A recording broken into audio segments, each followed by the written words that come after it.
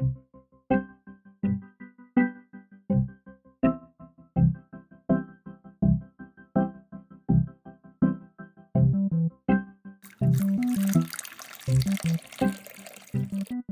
guys, this is James. And this is Denny from TDB, bringing you guys episode 154. So what do we got going on today, James? We have some Darjeeling from Lochan Tea. This is the Panatola second flush from Assam. Is this Darjeeling or is this Assam? It says Assam. Okay, so it's Assam. Okay, Assam I take that back. We are noobs at Darjeeling and Indian teas, so we will give this a go. So how are we brewing this, Denny? So I'm doing a quick rinse like I just did right there, and then we're going to throw this in for quite some time. I hope this is not too much tea. I'm worried that it is. It's brewing up pretty dark initially. It's already brewing up dark. So we're going to do, I think because it's already pretty dark, we're going to do like 2 minutes, and we'll see if this is gross or not. Now, because this is an Assam tea, I'm not as familiar with brewing these types of teas. So yeah, I tried to use less tea leaf, more water, longer steep time. Ends up being the case that Darjeelings taste watered down if you do them Gong Fu style. If you add too much water or too much tea, they taste just nasty. Yeah. We're going to see. So what I can see, and you guys can't, is that Denny has a timer right here. We're going to do it for 1 minute. That is measuring the time. But what you guys can see, that I can also see, is Denny visibly getting nervous as this liqueur gets very dark. We had originally planned to do this for about 3 minutes, but... And then 2, and now... But this is the improvisation. So here we are at 57 seconds, and it is brewing a dark red. So if we have a little bit of mouth pucker, oh my god, it would have been worse if we did it for 3 minutes. We'll put it that way. It smells like a black tea. Yeah, it definitely does. And it smells nice. Yeah, the dry flavors were pretty earthy, maybe a little bit cherry-y, maybe a little bit menthol-y. Mm-hmm. And I'm wondering if those will show up here at all. So we'll see.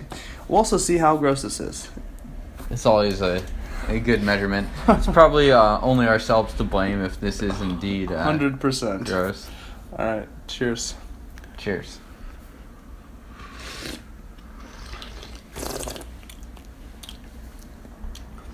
It's not gross. It's either too much leaf or it's brewed for too long. Yeah. It actually has like a decent texture. It's a little bit tanniny though. Yeah, it's definitely on the tanniny side. There's definitely like the feelings of a decent tea within there.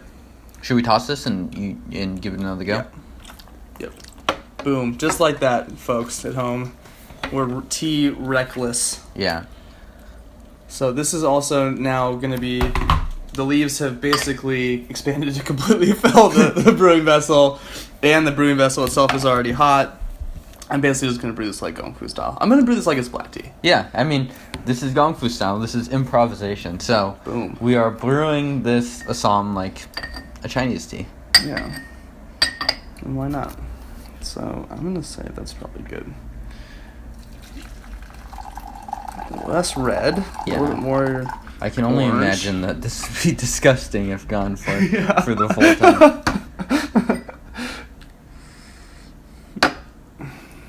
In there. So the color difference is pretty significant here. And there's nothing wrong with doing exactly what we're doing here, which is fucking up. You get like nectar, a little bit of honey, maybe a little bit of floral. Yeah. It's got a very nice aroma, very aromatic. Cheers, guys. Cheers.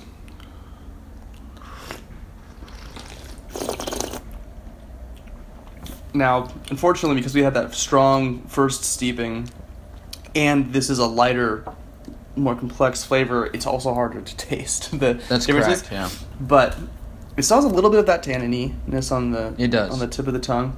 But it has all of those kind of good feeling black tea characteristics. And it's not texturally; it's a lot more silky and smooth. Yeah, absolutely. Texture is actually done pretty well on both steeps, I would say. The flavor itself, probably one where the next time we do it, it'll be a lot better, just because we're able to kind of like tone in our brewing a little bit. I think this has like a really earthy flavor that kind of plays on the tannins. There's a honey sweetness that it finishes with. There's like a little bit of bitterness to this tea. And then the honey is like a really nice sort of resting in your mouth aftertaste. Yeah. Would this be a tea that would be acceptable to have with cream and sugar? Probably would taste great. Yeah. Maybe if you overbrew it, add cream and sugar. Definitely. This is the kind of tea that feels British to me, and that I associate with that typical sort of tea experience that you would have in the UK, which I've only done once, actually. Although, we should go to Victoria and do, like, high tea. That'd be cool for, like, a TDB episode. That would be kind of cool. Let us know what you guys think in the... Yeah, let us know what you think in the comments. Do you guys know where Victoria is? I don't know. Let's give this one... let's leave these in the cup right here. Do one little bit of a longer brew. And... compare the last little notes of these two with the next one. So I'm going to do this for like 45. And a black tea in general is going to have 3, maybe 4 good, okay, strong brews. And so not a lot. Die off. My experience, everyone's going to have their favorite tea grown from century-old, trees that's been picked by the monkeys and all the stuff, and it brews out 18 million times, and it's worth $45,000, and yada yada.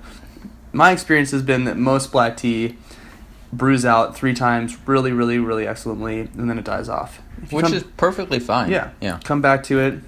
Not a big deal. If you come back to it, a few hours later, it'll be probably a little bit of a different tea. I will say that this tea smells very nice. The dry leaf especially. It smells much nicer than the brew is coming out, to be frank. And that could be for a number of factors. I think it's honestly human error. Human error? Yeah. It's possible. Yeah, I think so. Cheers. Cheers, guys. So quick taste that, and then let's give this a shot. So it's warm. Definitely a deeper, darker color. Right.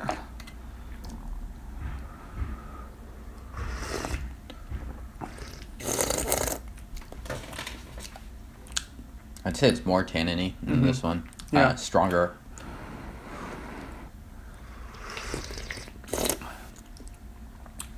And it's getting a little bit thinner texturally as well. Definitely getting some astringency to this. Yeah. Yeah.